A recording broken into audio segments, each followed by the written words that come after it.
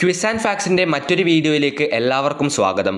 ഇന്നത്തെ നമ്മുടെ വീഡിയോ 2025 ശാസ്ത്ര ക്വിസിൽ ചോദിക്കാൻ സാധ്യതയുള്ള പ്രധാനപ്പെട്ട ചോദ്യങ്ങൾ ഡിസ്കസ് ചെയ്യുന്ന വീഡിയോ ആണ്. നമുക്കുടൻ തന്നെ ചോദ്യങ്ങളിലേക്ക് കടക്കാം. അതിനു മുമ്പ് നിങ്ങൾ ഇതുവരെ ഈ ചാനൽ സബ്സ്ക്രൈബ് ചെയ്യാത്തവരാണെങ്കിൽ ഇപ്പോൾ തന്നെ നമ്മുടെ ചാനൽ ഒന്ന് സബ്സ്ക്രൈബ് ചെയ്യുക. അപ്പോൾ ശാസ്ത്ര ക്വിസിൽ ചോദിക്കുന്ന പ്രധാനപ്പെട്ട ചോദ്യങ്ങളാണ് നമ്മൾ ഇന്നത്തെ വീഡിയോയിലൂടെ പറയാൻ പോകുന്നത്. അപ്പോൾ ഇത് ശാസ്ത്ര ക്വിസുമായി ബന്ധപ്പെട്ട് നമ്മൾ അപ്ലോഡ് ചെയ്യുന്ന ഒന്നാമത്തെ വീഡിയോ ആണിത്. ഇനി നമ്മൾ ബാക്കി വീഡിയോസ് ചെയ്ത് തുടങ്ങുന്നതാണ്. അപ്പോൾ ഇതുപോലെയുള്ള വീഡിയോസിന് വേണ്ടി ചാനൽ ഇപ്പോൾ തന്നെ നിങ്ങൾ സബ്സ്ക്രൈബ് ചെയ്യാൻ മറക്കരുത്. നമ്മുടെ മറ്റെല്ലാ വീഡിയോസിലും ഉള്ളതുപോലെ തന്നെ ഈ വീഡിയോയുടെ അവസാനവും നിങ്ങൾക്കായിട്ടൊരു ബോണസ് ക്വസ്റ്റ്യൻ നൽകിയിട്ടുണ്ട്. ബോണസ് ക്വസ്റ്റ്യൻ എന്താണെന്ന് എല്ലാവർക്കും അറിയാമായിരിക്കും. എന്നാലും പുതിയ വ്യൂവേഴ്സിന് വേണ്ടി ഞാനത് പറയാം. ബോണസ് ക്വസ്റ്റ്യൻ എന്താണെന്നാൽ നമ്മുടെ വീഡിയോയുടെ അവസാനം നിങ്ങൾ ഓഡിയൻസിന് വേണ്ടി നൽകുന്ന ഒരു ചോദ്യമാണ്. അതിൻ്റെ ഉത്തരം അറിയുന്നവർ കമൻറ്റ് ബോക്സിൽ അതിൻ്റെ ഉത്തരം രേഖപ്പെടുത്തുക. അപ്പോൾ നമ്മൾ അതിൽ കുറച്ച് പേരെ സെലക്ട് ചെയ്തുകൊണ്ട് അടുത്ത വീഡിയോയിൽ നമ്മൾ അവരെ വിന്നേഴ്സായി പ്രഖ്യാപിക്കുന്നതാണ്. അപ്പോൾ ഇതാണ് ബോണസ് ക്വസ്റ്റ്യൻ്റെ പ്രത്യേകത.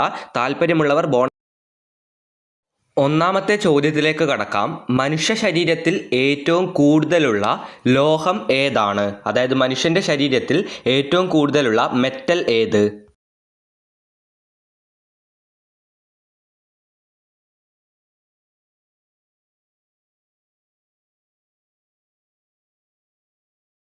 ഉത്തരം കാൽഷ്യം. അതായത് നമ്മുടെ മനുഷ്യ ശരീരത്തിൽ ഏറ്റവും കൂടുതലുള്ള ലോഹമാണ് കാൽഷ്യം. അടുത്ത ചോദ്യത്തിലേക്ക് കടക്കുന്നതിന് മുമ്പ് നമ്മുടെ ഓരോ ചോദ്യത്തിന് ശേഷവും നിങ്ങൾക്കൊരു 10 സെക്കൻഡ് ടൈമർ തരുന്നത് നിങ്ങൾ ശ്രദ്ധിച്ചിട്ടുണ്ടാവും. അതെന്തിനാണെന്നാൽ നിങ്ങൾക്കത് ഉത്തരം കമൻറ്റ് ചെയ്യാനുള്ള സമയമാണ്. നമ്മളിതൊരു ലൈവ് ക്വിസ് പോലെയാണ് കണ്ടക്ട് ചെയ്യുന്നത്. നമ്മൾ ചോദ്യം ചോദിക്കുന്നു, നിങ്ങൾ ഉത്തരം പറയുന്നു. അപ്പോൾ ഉത്തരം പറയാൻ ഓൺലൈൻ വഴി സാധിക്കാത്തതിനാൽ നിങ്ങളത് കമൻറ്റ് ചെയ്യുകയാണ് ചെയ്യുന്നത്. അതാണ് ലൈവ് ക്വിസിൻ്റെ പ്രത്യേകത. അപ്പോൾ തന്നിരിക്കുന്ന സമയത്തിനുള്ളിൽ നിങ്ങൾക്ക് ഉത്തരം അറിയാമെങ്കിൽ അത് കമൻറ്റ് ബോക്സിൽ രേഖപ്പെടുത്തുക. നമുക്ക് രണ്ടാമത്തെ ചോദ്യത്തിലേക്ക് കടക്കാം. കടലിലെ ദൂരം അളക്കാൻ ഉപയോഗിക്കുന്ന ഏകകം അഥവാ യൂണിറ്റ് ഏതാണ്? കടലിലെ ദൂരം അളക്കാൻ ഉപയോഗിക്കുന്ന യൂണിറ്റ് ഏത്?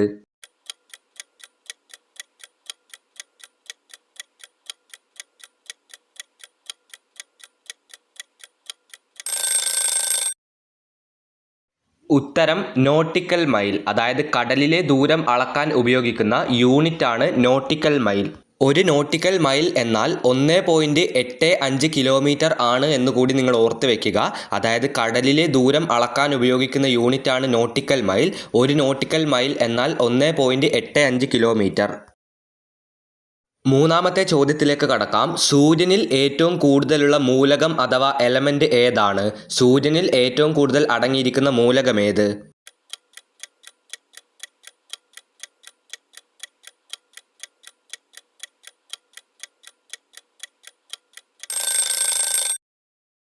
ഉത്തരം ഹൈഡ്രജൻ. നമ്മുടെ സൂര്യനിൽ ഏറ്റവും കൂടുതൽ അടങ്ങിയിരിക്കുന്ന എലമെന്റ് ആണ് ചോദിച്ചിരിക്കുന്നത്. നമ്മുടെ സൂര്യനിൽ ഏറ്റവും കൂടുതൽ അടങ്ങിയിരിക്കുന്ന എലമെന്റ് ആണ് ഹൈഡ്രജൻ. വീഡിയോയിലെ നാലാമത്തെ ചോദ്യത്തിലേക്ക് കടക്കുന്നു. ഭൂവൽക്കത്തിൽ ഏറ്റവും കൂടുതലായുള്ള രണ്ടാമത്തെ ലോഹം ഏത്? നമ്മുടെ ഭൂമിയിൽ ഏറ്റവും കൂടുതലായുള്ള രണ്ടാമത്തെ ലോഹം ഏത്?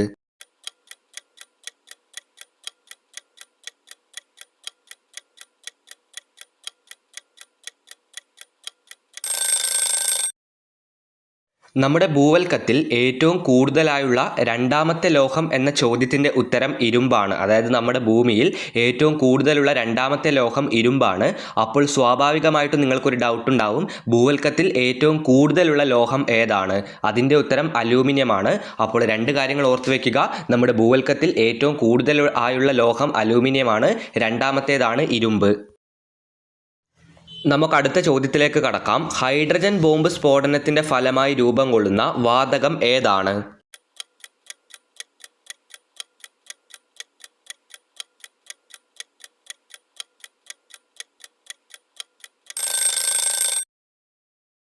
ഈയൊരു ചോദ്യം നമ്മൾ മലർവാടി ലിറ്റിൽ സ്കോളർ ക്വിസിൻ്റെ വീഡിയോയിൽ ഉൾപ്പെടുത്തിയ ചോദ്യമാണ്. ഹൈഡ്രജൻ ബോംബ് സ്ഫോടനത്തിൻ്റെ ഫലമായി രൂപം കൊള്ളുന്ന വാതകത്തിൻ്റെ പേരാണ് ഹീലിയം. നമുക്കുടൻ തന്നെ അടുത്ത ചോദ്യത്തിലേക്ക് കടക്കാം. പ്രകൃതിയിൽ കാണപ്പെടുന്ന ജലത്തിൻ്റെ ഏറ്റവും ശുദ്ധമായ രൂപം ഏതാണ്?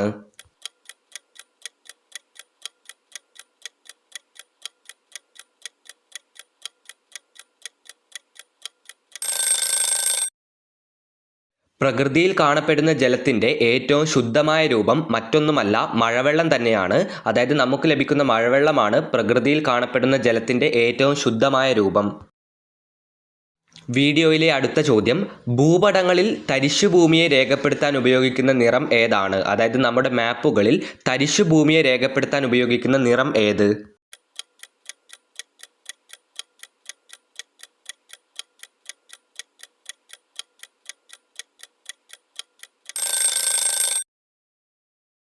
ഉത്തരം വെള്ള നിറം അഥവാ വെളുപ്പ് നിറം. നമ്മുടെ മാപ്പുകളിൽ തരിശുഭൂമിയെ രേഖപ്പെടുത്താൻ ഉപയോഗിക്കുന്ന നിറമാണ് വെളുപ്പ്. എട്ടാമത്തെ ചോദ്യത്തിലേക്ക് കടക്കാം. ബെറീലിയം അലൂമിനിയം സിലിക്കേറ്റ് വ്യാപകമായി അറിയപ്പെടുന്ന പേരെന്താണ്? അതായത് ബെറീലിയം അലൂമിനിയം സിലിക്കേറ്റ് എന്നത് വ്യാപകമായി അറിയപ്പെടുന്ന പേരെന്ത്?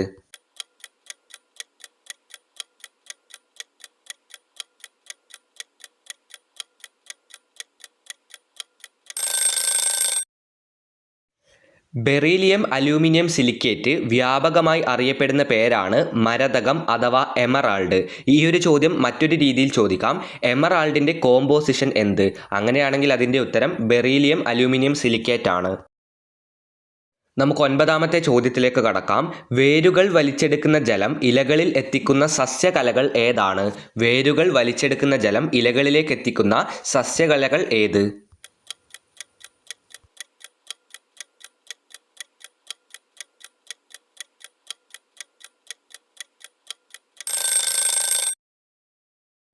ഉത്തരം സൈലം. അതായത് വേരുകൾ വലിച്ചെടുക്കുന്ന ജലം ഇലകളിലേക്ക് എത്തിക്കുന്ന സസ്യങ്ങളുടെ പ്രധാനപ്പെട്ട ഒരു ഭാഗമാണ് സൈലം എന്ന് പറയുന്നത്. ഉത്തരം സൈലം. നമുക്ക് പത്താമത്തെ ചോദ്യത്തിലേക്ക് കടക്കാം. ഉപകരണങ്ങൾ നിർമ്മിക്കാനായി മനുഷ്യൻ ആദ്യമായി ഉപയോഗിച്ച ലോഹം ഏതാണ്? അതായത് ഇൻസ്ട്രുമെൻറ്റുകൾ അഥവാ ഉപകരണങ്ങൾ നിർമ്മിക്കാനായി മനുഷ്യൻ ആദ്യമായി ഉപയോഗിച്ച ലോഹം ഏത്?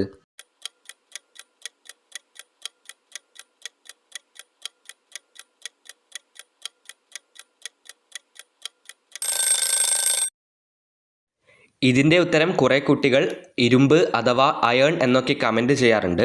എന്നാൽ ഉപകരണങ്ങൾ നിർമ്മിക്കുന്നതിനായി മനുഷ്യൻ ആദ്യമായി ഉപയോഗിച്ച ലോഹം ചെമ്പാണ് എന്ന് ഓർത്തു വയ്ക്കുക. ഉത്തരം ചെമ്പ്. 11ാമത്തെ ചോദ്യത്തിലേക്ക് കടക്കുന്നതിന് മുമ്പ് ഈ ചാനൽ ഇതുവരെ സബ്സ്ക്രൈബ് ചെയ്തില്ല എങ്കിൽ ഇപ്പോൾ തന്നെ സബ്സ്ക്രൈബ് ചെയ്യുക. 11ാമത്തെ ചോദ്യം, വാതക രൂപത്തിലുള്ള സസ്യ ഹോർമോൺ ഏതാണ്?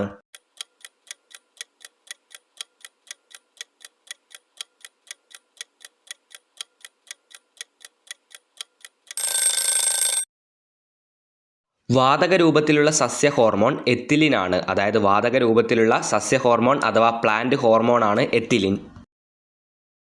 നമ്മുടെ വീഡിയോയിലെ 12ാമത്തെ ചോദ്യം, റേഡിയോ കാർബൺ ഡേറ്റിംഗ് ഉപയോഗിക്കുന്ന ഐസോട്ടോപ്പ് ഏതാണ്? അതായത് റേഡിയോ കാർബൺ ഡേറ്റിങ്ങിനെ പറ്റി നിങ്ങൾക്ക് എല്ലാവർക്കും അറിയാം. അതിനുവേണ്ടി ഉപയോഗിക്കുന്ന ഐസോട്ടോപ്പ് ഏത്?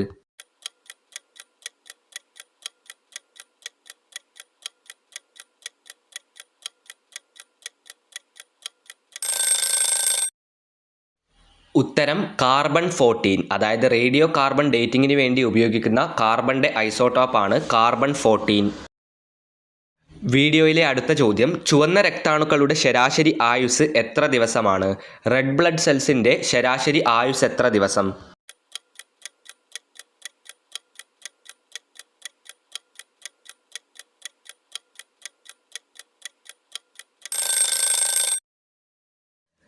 റെഡ് ബ്ലഡ് സെൽ അഥവാ RBCയുടെ ശരാശരി ആയുസ് ആവറേജ് ആണ് ഇവിടെ ചോദിച്ചിരിക്കുന്നത്. ഉത്തരം 120 ദിവസമാണ്. ഇത് ഇമ്പോർട്ടൻ്റ് ആയ ചോദ്യമാണ്. ഉത്തരം 120 ദിവസം. നമുക്ക് അടുത്ത ചോദ്യത്തിലേക്ക് കടക്കാം. ചോദ്യം ഇതാണ്, ഒരു പദാർത്ഥം കത്തുമ്പോൾ നടക്കുന്ന രാസപ്രവർത്തനം ഏതാണ്? ഒരു പദാർത്ഥം കത്തുമ്പോൾ അവിടെ നടക്കുന്ന രാസപ്രവർത്തനത്തിൻ്റെ പേരെന്ത്?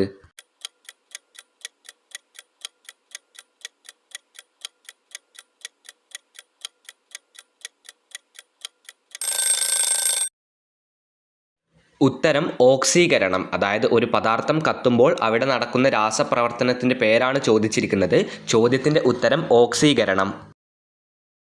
വീഡിയോയിലെ അടുത്ത ചോദ്യത്തിലേക്ക് നമുക്ക് കടക്കാം. ആദ്യത്തെ ട്രാൻസ് യുറാനിക് മൂലകമായി അറിയപ്പെടുന്നത് ഏതാണ്? ആദ്യത്തെ ട്രാൻസ് യുറാനിക് മൂലകമായി അറിയപ്പെടുന്നത് ഏത്?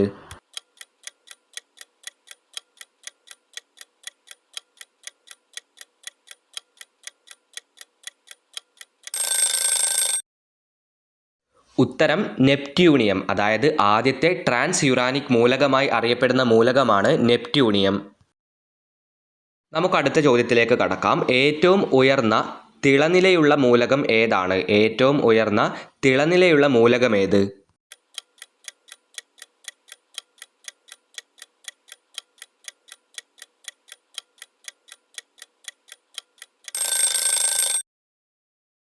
ഏറ്റവും ഉയർന്ന തിളനിലയുള്ള മൂലകം ടങ്സ്റ്റൺ ആണ്. മറക്കരുത്, ഉത്തരം ടങ്സ്റ്റൺ. വീഡിയോയിലെ 17ാമത്തെ ചോദ്യം, ലോക ഇൻ്റർനെറ്റ് സുരക്ഷാ ദിനമായി ആചരിക്കുന്ന ദിവസം ഏതാണ്? ലോക ഇൻ്റർനെറ്റ് സുരക്ഷാ ദിനമായി ആചരിക്കുന്ന ദിവസം ഏത്?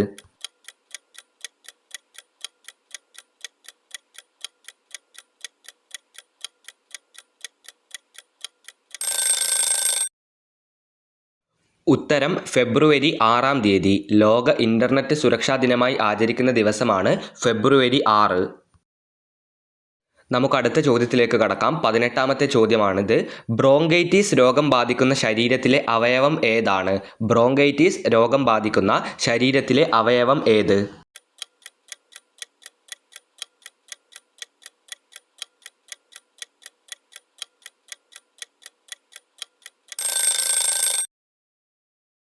ഉത്തരം ശ്വാസകോശം, അതായത് നമ്മുടെ ലങ്സിനാണ് ബ്രോങ്കൈറ്റിസ് രോഗം ബാധിക്കുന്നത്.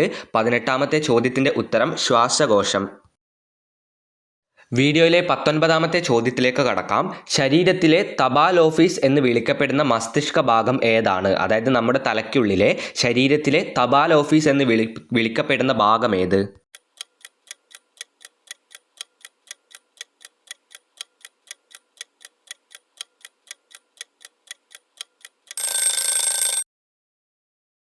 ഉത്തരം തലാമസ്, അതായത് നമ്മുടെ ശരീരത്തിലെ തപാൽ ഓഫീസ് എന്ന് വിളിക്കപ്പെടുന്ന മസ്തിഷ്ക ഭാഗമാണ് തലാമസ്. അപ്പോൾ ഈ വീഡിയോയിലെ അവസാനത്തെ ചോദ്യത്തിലേക്ക് കടക്കുന്നതിന് മുമ്പ് നമ്മുടെ ക്വിസ് ആൻഡ് ഫാക്ട്സ് എന്ന യൂട്യൂബ് ചാനലിൻ്റെ വാട്സപ്പ് ഗ്രൂപ്പിനെ പരിചയപ്പെടുത്താൻ ആഗ്രഹിക്കുകയാണ്. നമ്മുടെ വാട്സപ്പ് ഗ്രൂപ്പിൽ നിങ്ങൾ ജോയിൻ ചെയ്യുകയാണെങ്കിൽ നമ്മൾ അപ്ലോഡ് ചെയ്യുന്ന എല്ലാ ക്വിസ് വീഡിയോസിൻ്റെ ചോദ്യങ്ങളും ഉത്തരങ്ങളും നിങ്ങൾക്ക് PDF രൂപത്തിൽ ലഭിക്കുന്നതാണ്.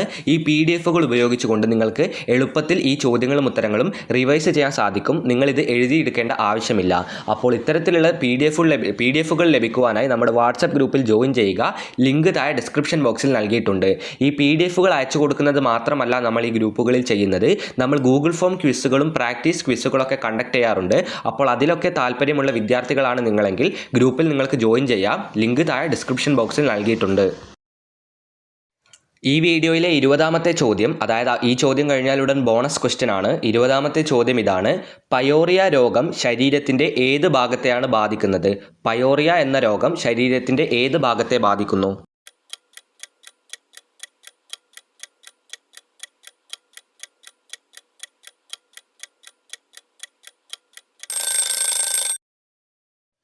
പയോറിയ എന്ന രോഗം ബാധിക്കുന്നത് മോണയെയാണ്, അതായത് നമ്മുടെ വായക്കകത്തെ മോണയെയാണ് പയോറിയ എന്ന് പറയുന്ന രോഗം ബാധിക്കുന്നത്.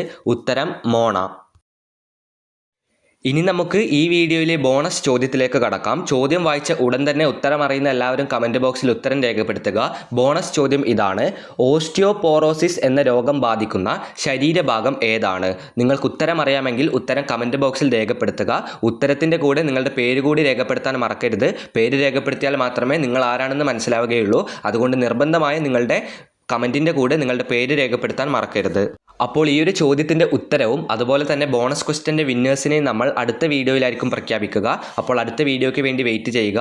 അപ്പോൾ ഈ ഒരു വീഡിയോ അവസാനം വരെ കണ്ടിരുന്ന എല്ലാവർക്കും നന്ദി, നമസ്കാരം. അതുപോലെ തന്നെ നമ്മുടെ വാട്സപ്പ് ഗ്രൂപ്പിൽ ജോയിൻ ചെയ്യാത്തവരാണെങ്കിൽ ഇപ്പോൾ തന്നെ ജോയിൻ ചെയ്യുക.